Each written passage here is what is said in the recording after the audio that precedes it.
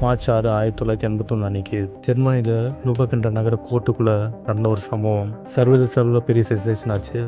அந்த காலகட்டத்தில் அதிக விவாதிக்கப்பட்ட நிகழ்வுல இதுவும் ஒன்று. பொதுமக்களோட கருத்தே ரெண்டாக பிரிஞ்சது. சில பேருக்கு அவங்க தன் கையாலேயே நீதி நிலைநாட்டிய ஒரு தாய், சில பேருக்கு அவங்க சட்டத்தை விட தன் சொந்த விருப்பத்திற்காக அதிக முக்கியத்துவம் கொடுத்த ஒரு நபர். இது நடந்து 50 வருஷம் மேலே ஆகுது. ஆனால் இன்னும் ஒரு முக்கிய கேள்வி மட்டும் மாறாமல் இருக்குது. சட்டம் உங்களை பாதுகாக்க தவறும்போது உங்களுக்கான நீதியை நீங்களே தேடிக்கொள்ளும் உரிமை உங்களுக்கு இருக்காது. மே 5, 1980 அன்னைக்கு ஜெர்மனியில் லூபக் நகரத்தில் ஒரு இளம்பெண் போலீஸ்க்கு கால் பண்ணுறாங்க. தனது ஃபியாசே கிளான்ஸ் ரபாஸ்கி என்றவன் அவங்கக்கிட்ட பேசி கொண்டு இருக்கும்போது ஒரு 7 வயது சிறுமியை கொன்று உடலை அவன் வீட்டில் மறைத்து வச்சிருக்கிறதா ஒப்புக்கொண்டான்னு சொல்கிறாங்க. இதை கேட்ட போலீஸ் ஷாக் ஆகி ரபாஸ்கியோட வீட்டுக்கு உடனே போகிறாங்க. ஆனால் அங்கே அவனோ இல்லை அந்த சிறுமியோட உடலோ கிடைக்கல. இருந்தாலும் சர்ச் பண்ணப்போ அவன் எழுதிய ஒரு லெட்டர் மட்டும் கிடச்சிது. அந்த லெட்டர் அவன் ஃபியான்சிக்காக எழுதியிருந்தான். அதில் அவனோட ஃபியான்சியை வீட்டை விட்டு எங்கேயும் போக வேண்டாம், பக்கத்தில் இருக்க லோக்கல் பார்க்கு வா, அங்கே நான் உங்ககிட்ட எல்லாத்தையும் எக்ஸ்பிளைன் பண்ணி சொல்கிறேன் அப்படின்னு கெஞ்சி ஒரு லெட்டர் எழுதியிருந்தான். போலீஸார் அந்த பார்க்கு போனாங்க. அந்த பார்க்கு போன சில நேரத்திலேயே ரபாஸ்கி அந்த இடத்துக்கு வந்தான். உடனடியே அவனை ஸ்பாட்லேயே அரெஸ்ட் பண்ணி இன்ட்ராகுரேஷனுக்காக போலீஸ் ஸ்டேஷனுக்கு கூட்டிகிட்டு போனாங்க. கிளாஸ் ரபாஸ்கியோட பேக்ரவுண்ட் செக் பண்ணதில் 1970களில் அவன் ஒரு சிறுமியை செக்ஸுவல் அசால்ட் செய்ததற்காக 2 முறை கன்விட் ஆகி சைக்காட்ரிஸ்ட் ஹாஸ்பிட்டலில் தண்டனை அனுபவித்தது போலீஸ்காருக்கு தெரிய வந்தது. இந்த நேரத்தில் ஜெர்மனியில் உள்ள சைக்காட்ரிஸ்டிக் இன்ஸ்டிடியூஷன் குறித்து பல ரூமர்கள் பரவி இருந்தன. அதாவது சைக்காலஜிக்கல் டிசார்டர் இருக்கிற நோயாளிகளுக்கு உண்மையான ட்ரீட்மெண்ட் கொடுக்காம அவங்களுக்கு ஹெவியாக சைக்காட்ரிஸ்ட் ட்ரக் கொடுத்து அவங்கள செடேட்டிவ்ல வச்சிருக்கிறதா, அதாவது ஒரு மயக்கத்திலே வச்சிருக்கிறதா பரவலாக பொதுமக்களிடையே ஒரு தகவல் பரவி இருந்தது. 1976 ஏற்கனவே செக்ஷுவல் அஃபென்ஸ்க்காக தண்டிக்கப்பட்ட ரபாஸ்கிக்கு ஒரு கண்டிஷன் வச்சாங்க. அதாவது அவன் கெமிக்கல் கேஸ்ட்ரேஷன் அப்படின்னா கெமிக்கல் முறையில் ஆன்மீக நீக்கம் செய்து கொள்ள அவன் ஒத்துக்கிட்டானா அவனை ரிலீஸ் பண்ணுறோம், இல்லைனா அவன் மறுபடியும் க்ரைம் செய்ய அதிக ரிஸ்க் இருக்கிறதுனால நிரந்தரமாக சைக்காட்ரிஸ்ட் ஹாஸ்பிட்டல்லே அவன் அடைக்கப்படுவான். ரபாஸ்கியும் இந்த கண்டிஷனுக்கு ஒத்துக்கிட்டு அந்த ப்ரொசீஜரை செஞ்சுக்கிறான். அதனால் அவன் சீக்கிரமாக ரிலீஸும் செய்யப்படுறான். அவன் ரிலீஸ் ஆன 2 வருஷம் கழிச்சு கெமிக்கல்ஸ் காஸ்ட்ரேஷனால் அவனுக்கு ஹார்மோன் லெவல் ரொம்பவே ட்ராப் ஆனதுனால அவன் சீக்கிரட்டாக ஹார்மோன் தெரப்பி எடுத்துக்கிறான். அது அவனை மறுபடியும் பழைய நிலைமைக்கு கொண்டு வந்தது. இந்த கேஸோட டீட்டெயில்ஸ் பப்ளிக்கு தெரிய வந்தபோது இந்த கொலை ஒட்டுமொத்த ஜெர்மனியும் அதிர்ச்சி ஆகுச்சு. நியூஸ் பேப்பரில் தொடர்ந்து இந்த செய்தியை கவர் செஞ்சாங்க. டிவி ப்ராட்காஸ்ட்டில் இந்த குற்றத்தின் கொடூரத்தை மட்டுமல்ல, முன்னாடியே கொடூரமான சொல்லப்பட்ட ஒரு பாலியல் குற்றவாளியான ரபாஸ்கி எப்படி மறுபடியும் சொசைட்டியில் ரிலீஸ் செய்யப்பட்டான் என்பதையும் ஃபோக்கஸ் செஞ்சாங்க. கெமிக்கல் காஸ்ட்ரேஷன் செய்யப்பட்ட போதிலும் ரபாஸ்கி தெரப்பி மூலமாக சீக்கிரட்டாக அவனோட ஹார்மோன் லெவலை மறுபடியும் நார்மல் ஃபிசிக்கல் கண்டிஷனுக்கு கொண்டு வந்தான் என்ற தகவல் வெளியே வந்ததும் மக்கள் கோபம் இன்னும் அதிகமாச்சு. சைக்காட்ரிக் சிஸ்டமின் தகுதி குறித்தும் அதிகாரிகளின் அலட்சியம் தான் இந்த பெரிய ட்ராஜடிக்கு காரணமா என்று பல பேர் கேள்வி எழுப்பினாங்க. இந்த கேஸோட சென்டரில் இருந்தவங்க தான் ஆனாவின் தாய் மரியானா பேட்ச்மேயர். நினைத்து கூட பார்க்க முடியாத ஒரு கிரைமால் லைஃப் சிதைக்கப்பட்டு ஒரு துயரமான பேரண்டின் முகமாக ஓவர் நைட்டில் மாறினாங்க. நாடு முழுவதும் இந்த இன்வெஸ்டிகேட்டை ஃபாலோ செய்து ட்ரையலுக்காக வெயிட் செய்து கொண்டிருந்த நிலையில தான் இந்த கேஸ் ஒட்டுமொத்த உலகத்தையே ஒரே வைக்கிற முடிவை நோக்கி செல்லும்னு யாருமே யோசிச்சு கூட பார்க்கல. கற்பனை பண்ணி பாருங்கள், ஒரு கோர்ட்டு சுற்றியும் கன் ஏந்திய போலீஸ், பெரிய பெரிய லாயர்ஸ், ஜட்ஜ் எல்லாரும் உட்காந்துட்டு இருக்காங்க. அந்த ஒரு தாய் உள்ளே வராங்க. தன்னோட 7 வயசு குழந்தைய சீரழிச்சு கொடூரமாக கொன்னவனோட கேஸ் கோர்ட்டில் நடந்துகிட்டு இருக்கு. சட்டத்தில் இருக்கிற ரூ போல் பயன்படுத்தி கேஸ் கொலையாளிக்கு சாதகமாக போயிட்டு இருக்கு. உங்கள் கண்ணு முன்னாடியே உங்கள் பொண்ணை கொன்னவன் தப்பிக்க பார்க்குறான்.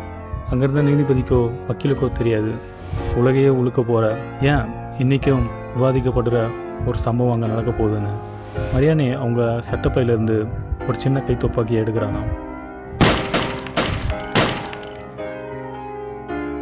ரபாஸ்கி தரையில் கொலாப்ஸ் ஆகி விழுந்து சிறிது நேரத்திலே இறந்து போகிறான். கோர்ட்ரூம் ஃபுல்லாக கேஸ், கடும் குழப்பம். சில பேர் பயத்தில் அலறாங்க. மற்றவங்க என்ன நடக்குதுன்னு நம்ப முடியாமல் உறிஞ்சு போகிறாங்க. சில மணி நேரத்துக்குள்ளேயே இந்த ஷூட்டிங் நியூஸ் உலகம் முழுசாக ஸ்ப்ரெட் ஆச்சு. இந்த சம்பவம் மரியானே பேட்ச்மேயரை மாடர்ன் ஜெர்மனி ஹிஸ்டரியில் தவிர்க்க முடியாத கான்ட்ரவர்ஷியல் ஃபிகராக மாற்றுச்சு. கொல்லப்பட்ட சிறுமி யார் என்பதை உறுதி செய்யும் விசாரணையில் முந்தைய நாள் நைட்டு மரியானா பேட்ச்மேயர் என்ற ஒரு இளம் வயசு சிங்கிள் மதர் தனது மகளை காணும்னு போலீஸில் ரிப்போர்ட் பண்ணதா இன்வெஸ்டிகேட்டர்ஸ் கண்டுபிடிக்கிறாங்க. போலீஸ் ஆஃபீஸர்ஸ் அவங்கள காண்டாக்ட் பண்ணி நடந்ததை இன்ஃபார்ம் பண்ணி குழந்தைய அடையாளம் காட்ட போலீஸ் ஸ்டேஷனுக்கு வர சொல்லி கேட்குறாங்க. அந்த பயங்கரமான செய்தியை கேட்ட அந்த தாயோட ரியாக்ஷன்ஸ் அதிகாரிகளுக்கு ரொம்பவே அன்யூஸ்வலாக தெரிஞ்சுது. தனது மகளின் உடலை அடையாளம் செய்ய போலீஸ் ஸ்டேஷனுக்கு வர முடியாதுன்னு மறுக்கிறாங்க. இந்த சூழ்நிலையை எப்படி ஹேண்டில் பண்ணுறதுனே தெரியாமல் போலீஸ் ரொம்ப கன்ஃபியூஸ் ஆகுறாங்க.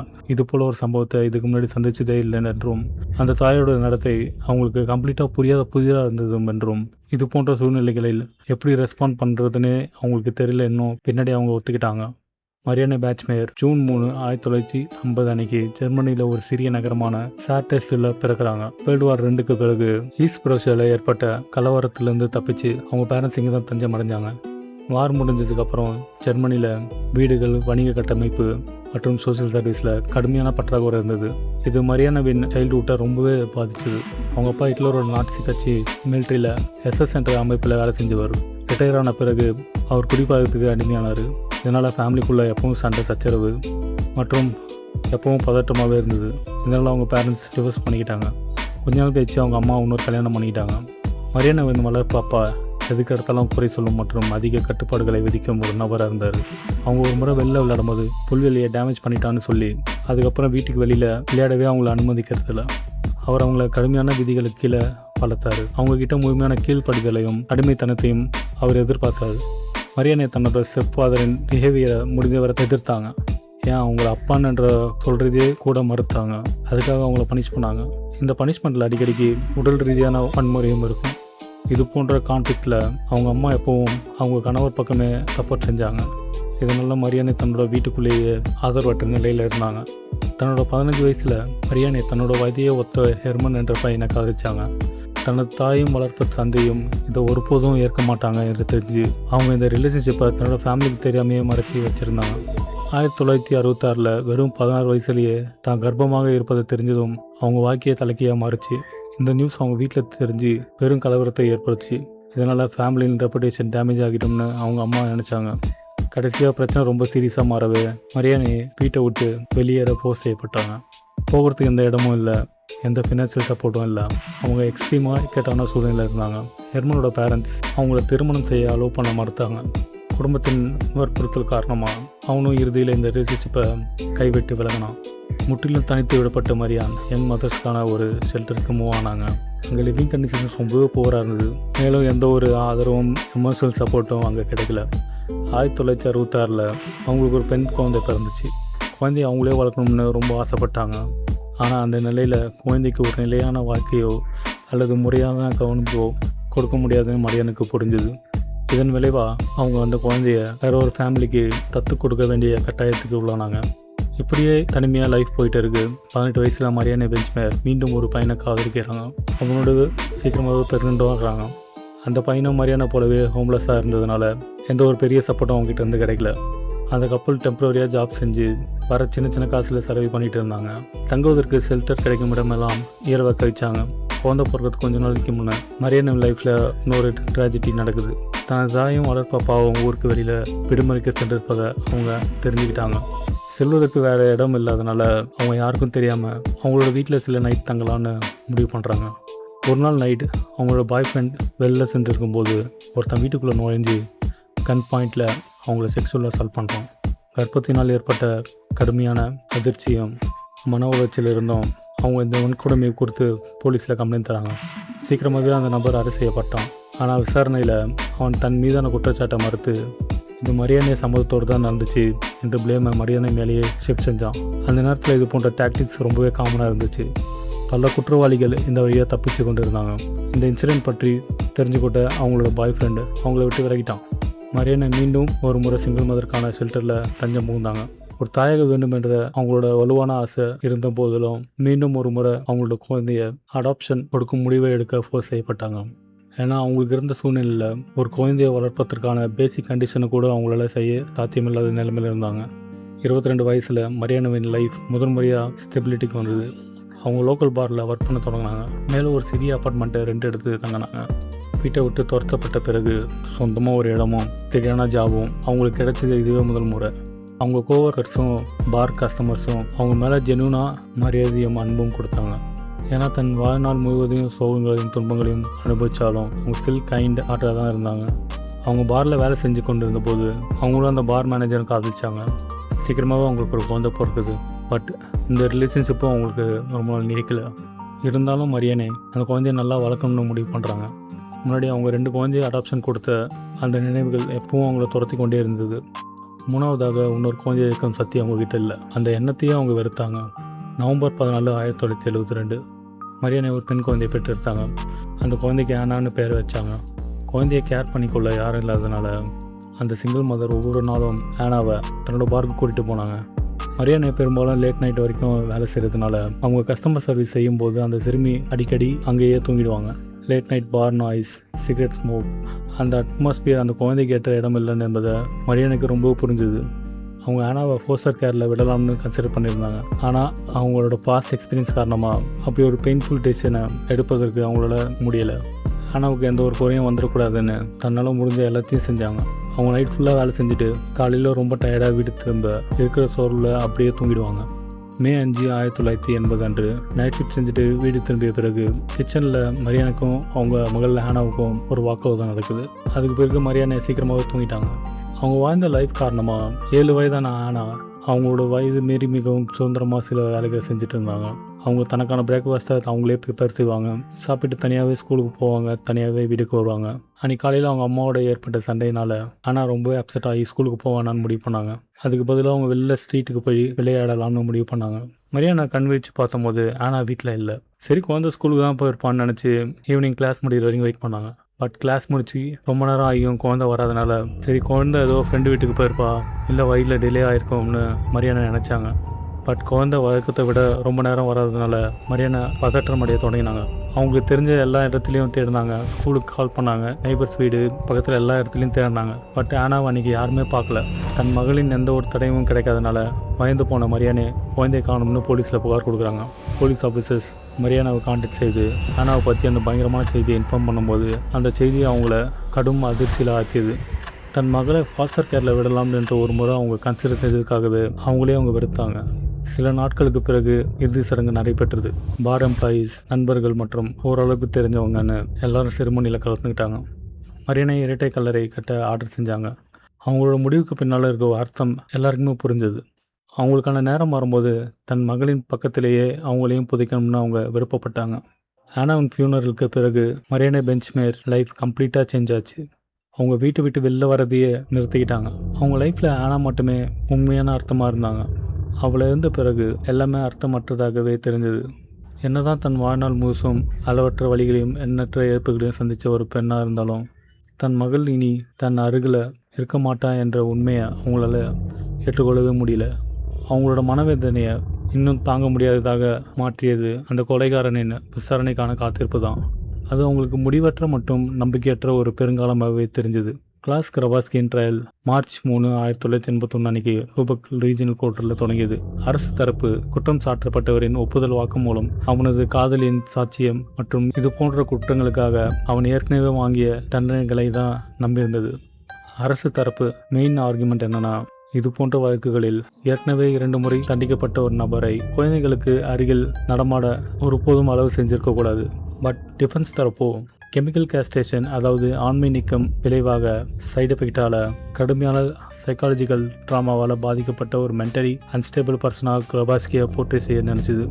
மெடிக்கேஷனின் சைடு எஃபெக்ட் மீது அதிக கவனம் செலுத்திய டிஃபென்ஸ் தரப்பு கிரைம் நடந்த நேரத்தில் கிரபாஸ்கி சிவியர் சைக்காலஜிக்கல் மற்றும் ஹார்மோன் இம்பேலன்ஸை எக்ஸ்பீரியன்ஸ் செய்து கொண்டிருந்தான் என்று, அதுவே அவனோட தன் செயல்களுக்கான மீதான கட்டுப்பாட்டை ஏற்க செய்தது என்றும் ஆர்கியூ செஞ்சாங்க. கிரபாஸ்கின் லாயர்ஸ் ஆனா மற்றும் மரியானாவின் லைஃப்பில் நடந்த டீட்டெயில்ஸ் மீதும் அதிகமாக கவனம் செலுத்தினாங்க.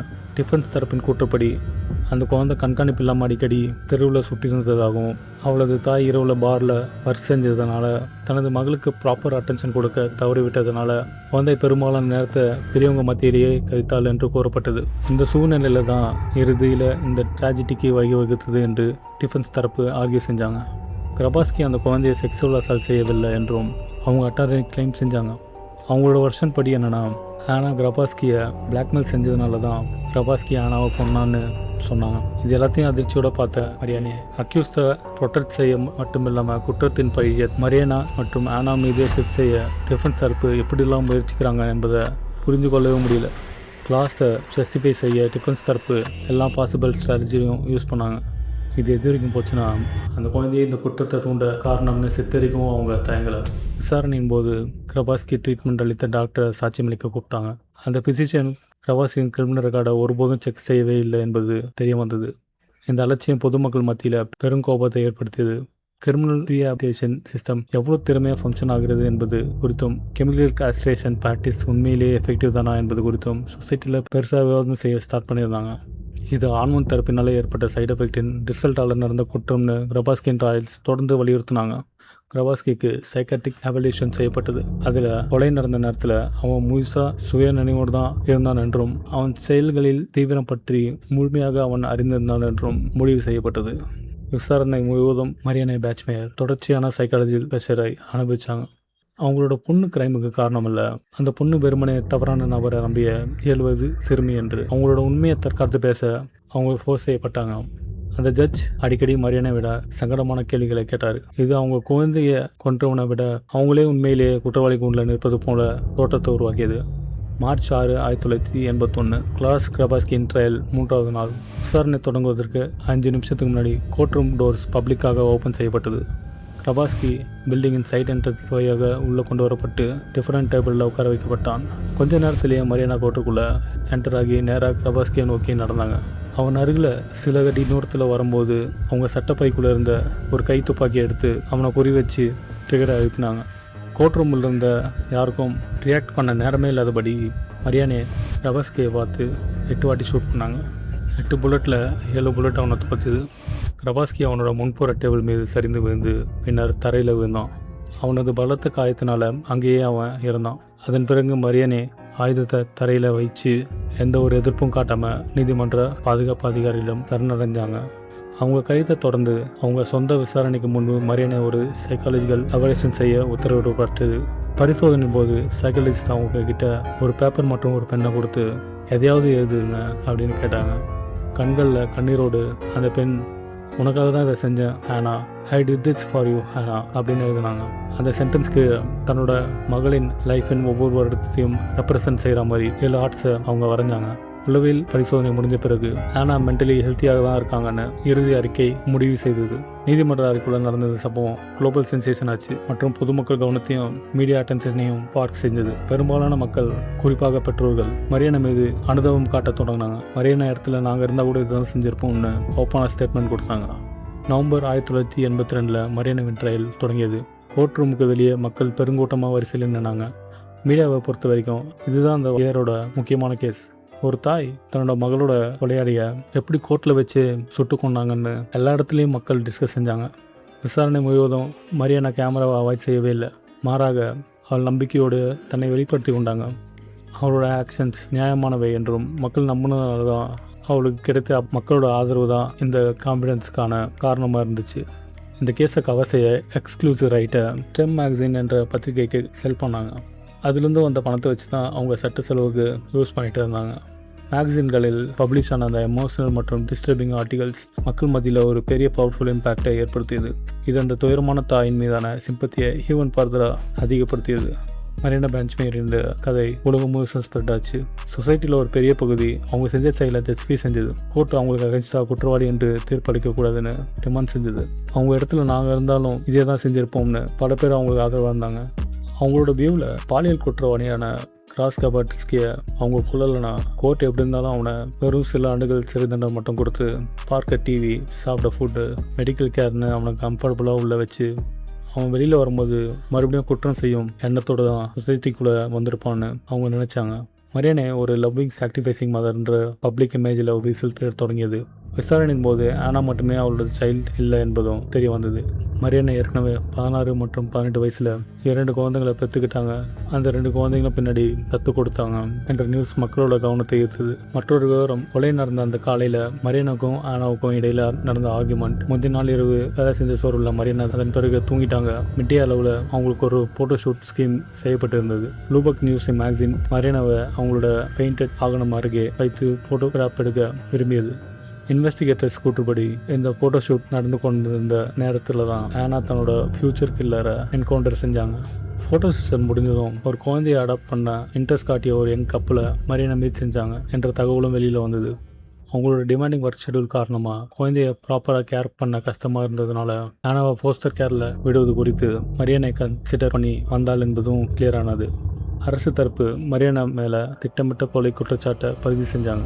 இது ஒரு உண்மையிலே சிறை தண்டனை கிடைக்கக்கூடிய அளவுக்கு ஸ்ட்ராங்கான பதிவு. அவங்கள கண்காணிப்பின் கீழே விடுவிக்க கோரி மரியானா தரப்பு வாதிட்டாங்க. அவங்க இருந்த மென்டல் டிப்ரெஷனை கவனம் செலுத்தி அவங்க வாதிட்டாங்க. இருந்தாலும் அந்த கோரிக்கையை கோர்ட் நிராகரித்தது. மரியானா மீது திட்டமிட்ட கொலை மற்றும் சட்டவிரோதமான ஆயுதம் வைத்திருப்பதற்கான குற்றச்சாட்டு முறைப்படி பதியப்பட்டது. அவங்க சுட்ட தோட்டாக்கள் எண்ணிக்கை மீதும் முதல் குண்டு பாய்ந்த பிறகும் அவங்க சுடுவதை நிறுத்தவில்லை என்ற உண்மை மீதும் அரசு தரப்பு ஹெவியாக ஃபோக்கஸ் செஞ்சாங்க. சாட்சிகளின் வாக்குமூலம் இதில் முக்கிய பங்கு வகித்தது. கிரவாஸ்கியோட ஃபேஸில் சுட தான் முயற்சி பண்ணான், பட் புல்லட் தவறுதலாக அவனோட முதுகில் பாஞ்சிச்சு அப்படின்னு மரியானா சொன்னதாக சில பேர் சாட்சி சொன்னாங்க. விசாரணையின் போது தான் ஒருபோதும் துப்பாக்கி சுட பயிற்சி எடுக்கவில்லை என்று, தனது செயல்கள் முற்றிலும் ஒரு எதிர்பார்க்காத தன்னிச்சையான எதிர்வினை என்றும் மரியானா தரப்பு வலியுறுத்தினார்கள். இருந்தாலும் மரியானா செல்மேட் ஒருத்தங்க அவங்களுக்குள்ள நடந்த கான்வர்சேஷனை கோர்ட்டில் சாட்சியமாக கொடுத்தாங்க. அதில் அவங்க சொன்ன செய்தி, கிளாஸை கொள்றதுக்கு மரியானா முன்னாடியே பிளான் பண்ணியிருந்தாங்க என்றும், துப்பாக்கி சுட பயிற்சி கூட அவங்க எடுத்தாங்க என்றும், இதுக்கு முன்னாடி இந்த மாதிரி யாருமே செஞ்சதில்லை என்றும், இதை தான் செஞ்சனா வரலாற்றில் தவிர்க்க முடியாத ஒரு பகுதியாக மாறிடும் என்றும் மரியானா கூறியதா அவங்க சாட்சி கொடுத்தாங்க. இந்த டெஸ்டிமோனி பிறகு கேஸோட என்டையர் பர்செப்ஷனை டிராஸ்டிக்கலாக செஞ்சாச்சு. மரியானா செஞ்சது ஒரு திட்டமிட்ட கொலை தான் என்று தெளிவாக தெரிஞ்சது. இதுக்கு நீதிபதிகள் அதிகபட்ச தண்டனையாக ஆயுள் தண்டனை வரைக்கும் கொடுக்க நேரிடலாம். இந்த கொலை முன்னாடியே பிளான் செய்யப்பட்டதா என்ற கேள்வி விசாரணையோட மெயின் இஷ்யூவாக மாறிச்சு. கொலை செய்கிற இன்டென்ஷனில் மரியானா கோர்ட்டுக்குள்ளே வரலன்னு அவங்களோட லாயர்ஸ் ஆர்கியூ பண்ணாங்க. டிஃபென்ஸ் தரப்பின்படி நீண்ட மற்றும் கொடுமையான நீதிமன்ற விசாரணைகளை அனுபவித்த பிறகு அந்த துயரமான தாய் தள்ளப்பட்ட எக்ஸ்ட்ரீம் சைக்காலஜிக்கல் ஸ்டேட்டின் ரிசல்ட் தான் இந்த ஷூட்டிங். மரியானாவின் அதிர்ச்சியூட்டும் வாழ்க்கை வரலாறு, அவங்களோட ஃபேமிலிக்குள்ளே இருந்த அக்ரெசிவ் என்விரான்மெண்ட், ஏர்லி ஏஜ்லேயே பேரண்ட் சப்போர்ட்டாக இருந்தது, மேலும் அவங்க அனுபவித்த பல ஆண்டு கால துன்பங்கள், அவமானம் மற்றும் அநீதி ஆகியவற்றை சுட்டிக்காட்டி மரியானா தரப்பு வாதிட்டது. இது அனைத்தும் நீதி மற்றும் சட்ட அமைப்பு மீதே அவங்களுக்கு ஒரு ஆழமான அவநம்பிக்கையை உருவாக்கியிருந்தது. அவங்களோட லாயர்ஸ் கூற்றுப்படி ஏற்கனவே 2 முறை நீதியிலேருந்து தப்பிச்சு வெளியில் வந்து மறுபடியும் ஒரு குற்றம் பண்ணியிருக்கான். இந்த முறையும் தப்பிச்சிடுவான்னு மரியானா நம்பியிருந்தாங்க. இந்த நம்பிக்கையும் உணர்ச்சி வசப்பட்ட தருணமும் தான் ஒன்றா சேர்ந்து தற்காப்புக்காக அவங்க வைத்திருந்த கைத்துப்பாக்கியை எடுத்து கிளாஸை நோக்கி அவங்க சுடுவதற்கானதை தூண்டியது. மார்ச் 2, 1983 அன்னைக்கு லூபக் நீதிமன்றம் முழுவதும் பார்வையாளர்கள் மற்றும் மீடியாக்கள் உறுப்பினர்களால் நிரம்பியிருந்தது. அன்னைக்கு தான் மரியானா தீர்ப்பு அறிவிக்கப்பட இருந்தது. முடிவு எப்படி வேணா இருக்கலாம், பல ஆண்டுகள் சிறை அல்லது ஆயுள் தண்டனை வரை எப்படி வேணா இருக்கலாம்னு பொதுமக்கள் நம்பினாங்க. இந்த வழக்கு ஜெர்மனி மட்டுமல்ல, உலகம் முழுக்க கவனிச்சுட்டு இருந்தாங்க. இது கோர்ட் மீது அபரிமிதமான அழுத்தத்தை ஏற்படுத்தியது. கோர்ட்டோட சூழல் ரொம்ப பதற்றமாகவும் எதிர்பார்ப்போடும் காணப்பட்டது. அந்த சலசலப்புக்கு பதற்றத்துக்கு மத்தியில் நீதிபதி தீர்ப்பு வழங்கினார். மரியானா பாக்மேயர் கொலை மற்றும் சட்டவிரோதமாக ஆயுதம் வைத்திருந்த குற்றங்களுக்கு குற்றவாளி என்று நீதிமன்றம் தீர்ப்பளித்தது. இருப்பினும் இந்த கொலை முன்கூட்டியே திட்டமிடப்பட்டதில்லை என்றும், இது அசாதாரணமான உளவியல் சூழ்நிலைகளில் கீழ்தான் செய்யப்பட்டதில்லை என்று வாதத்தையும் நீதிமன்றம் ஏற்றுக்கொண்டது. இந்த காரணிகளை கருத்தில் கொண்டு மரியானா பாக்மேயருக்கு 6 ஆண்டுகள் சிறை தண்டனை வழங்கப்பட்டது. தீர்ப்பு அளிக்கப்பட்ட பிறகு பொதுமக்களின் கருத்து ஆழமாக பிளவுபட்டு காணப்பட்டது. சிலர் இந்த சென்டென்ஸை மிகவும் கடுமையாக என்று நம்பினாங்க, மற்றவங்க கோர்ட்டின் டிசிஷனை சப்போர்ட் பண்ணாங்க. மரியானாவுக்கு கொடுக்கப்பட்ட 6 ஆண்டு சிறை தண்டனையில் 3 ஆண்டுகள் மட்டுமே சேவை செஞ்சாங்க. அதன் பிறகு அவங்க பரோல் லெவலில் வந்தாங்க. ப்ரிசன்லேருந்து ரிலீஸ் ஆன பிறகு மரியானா மீது மறுபடியும் மீடியா அட்டென்ஷன் வந்து நியூஸ் பேப்பர், மேகசின்ஸ்னு அவங்க லைஃப் டீட்டெயில்ஸை பற்றி பப்ளிஷ் செய்ய தொடங்கினாங்க. அவங்க கடந்த காலம், தத்து கொடுத்த குழந்தைகள் மற்றும் அவங்க பேரண்ட்ஸ் பற்றி எல்லாத்தையும் டிஸ்கஸ் செஞ்சாங்க. தன்னை சுற்றி இருந்த தொடர்ச்சியான பொதுமக்கள் கவனத்திலிருந்து தப்பிக்க மரியானா தன்னால் முடிஞ்ச வரைக்கும் எல்லாத்தையும் செஞ்சாங்க. 1985 அவங்க ஒருத்தர் திருமணம் செஞ்சு அவங்க ஹஸ்பண்ட் கூட நைஜீரியாவுக்கு மூவ் ஆனாங்க. ஆனால் அந்த மேரேஜும் ரொம்ப நாள் நீடிக்கலை. அந்த கப்பலில் 1990 டிவோர்ஸ் செஞ்சு கொண்டாங்க.